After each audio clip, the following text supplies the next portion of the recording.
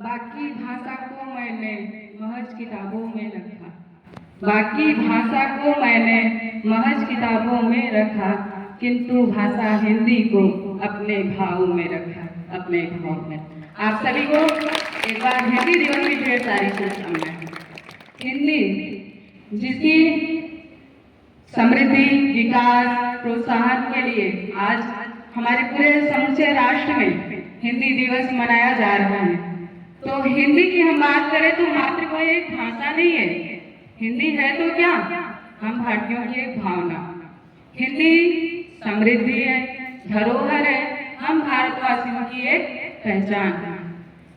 हिंदी दिवस क्यों मना रहे हैं हम, संक्षिप्त प्रकाश सुबह डाला गया, लेकिन एक बार हम फिर से बताना चाहेंगे कि हिंदी दिवस मनाए जाने का कारण क्या है। जैसा कि सुबह प्राचार्य महोदय जी ने कहा कि आवश्यकता जिस चीज की पड़ती है हम उसी पर अमल करते हैं। तो हाँ, आज आवश्यकता है हिंदी दिवस मनाने की। क्यों?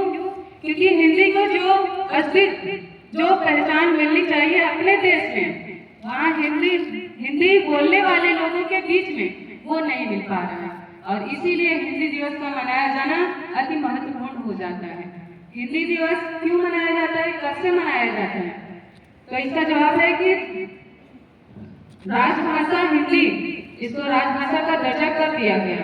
भारतीय संविधान सभा 1949। बिल्कुल, देखिए भारतीय संविधान सभा जब भारत देश आजाद हुआ सन 1947 में, उसके 2 वर्ष पश्चात ये आवश्यकता पड़ी कि हिंदी को राजभाषा के रूप में मान्यता दी जाए।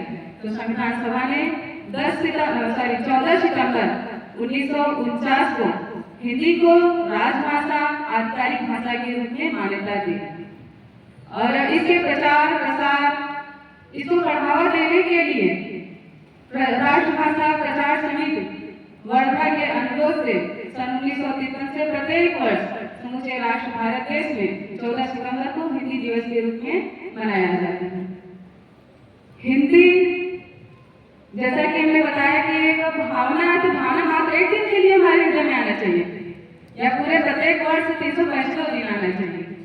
तो मात्र हम दिवस एक निर्धारित करके न चले कि मात्र हिंदी दिवस के लिए भी हिंदी के लिए थोड़ा सा कुछ बोल दिए, कह दिए, वही हो गया। उसको सतत प्रयास करना होगा कि विश्व पटल पर कैसे स्थापित किया जाए। क्योंकि महान साहित्यकार मार्टिन हरिसन जी का भी कथन रहा है कि निज भाषा उन्नत है, सब उन्नत को मूल, बिन निज भाषा ज्ञान के मिटत नहीं कोई।